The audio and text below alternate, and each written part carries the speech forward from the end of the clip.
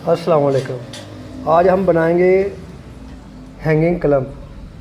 तो हमें इसके लिए एंगल चाहिए 7.5 इंच। हम डेढ़ इंच पर जो है ना निशान लगाएंगे।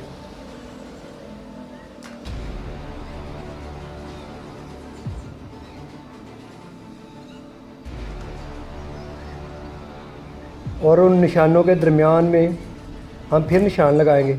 ये 7.5 इंच एंगल है, इंची की एंगल है।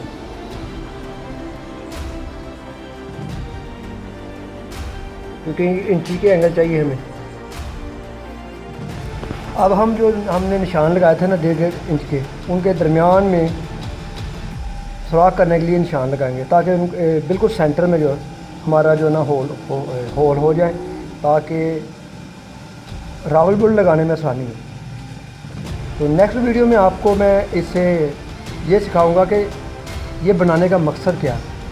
यानी कि सिंगल हैंड आप खुद जो है ना एक शेड लगा सकते हैं। उसको हैंग करने में यानी लटकाने में बहुत आसानी होती है, तो बाकी के बाद में लग जाती हैं रावल बोल्ट। तो ये क्लम्प इसीलिए मैंने बनाया है।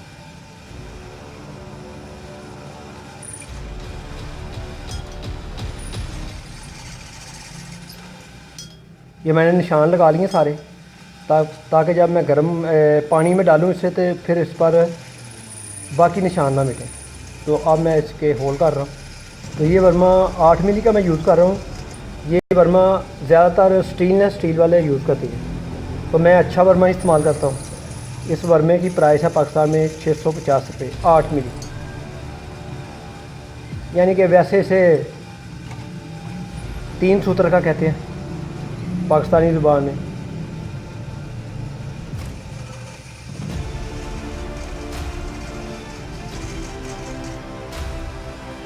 इस वर्मे की खसूसियत ये है कि ये हर किस्म की धात में सुराख करता है, चाहे वो हार्ड हो नरम हो। तो मेरा ख्याल है ये एक ही वर्मा मेरे पास कम इसको 1 साल हो गया, तो ये अभी तक फेल नहीं हुआ।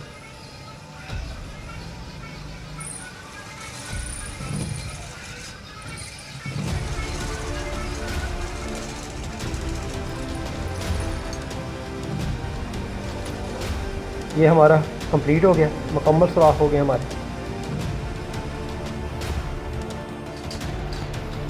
ये हमने एक और एंगल लिया, जिस एंगल को हमने होल किया उसके साथ इसके मुखालफ यानी जेड एंगल बना लेंगे। ये इंच मरबा की एंगल है और ये 1.25 इंच।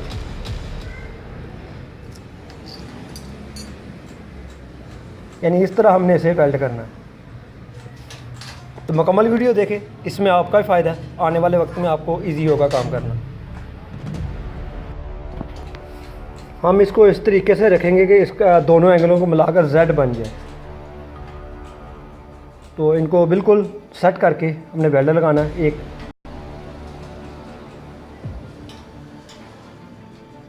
अच्छी तरह बिल्कुल साथ बैठ जाए। पहले एक कॉर्नर पर वेल्डर लगाएं, फिर इसे चेक कर लें बराबर है, तो फिर दूसरा वेल्डर लगाएं।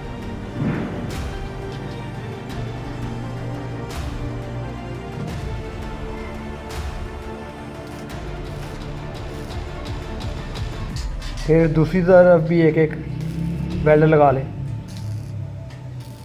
ताकि ये एक जगह पे रुक जाए।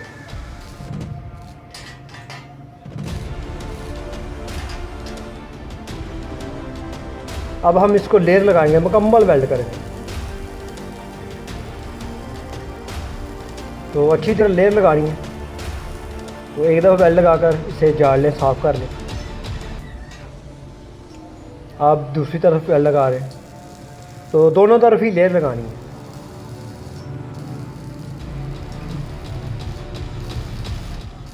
ये बहुत ही इजी तरीके का मैं आपको बता रहा हूँ। तो इससे आप जितना बड़ा भी शेड हो, विंडो का, डोर का, तो उसको लगाने में बहुत आसानी होती है।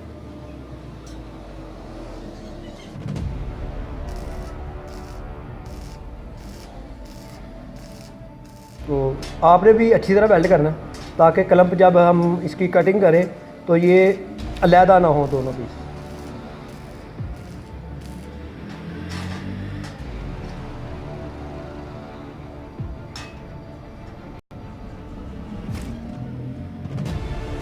ये मुकम्मल वेल्ड हो गया। अब इसे ठंडा होने देते हैं। अब हम इन सुराखों के बिल्कुल दरमियान में निशान लगाएंगे जहाँ हम कटिंग करेंगे।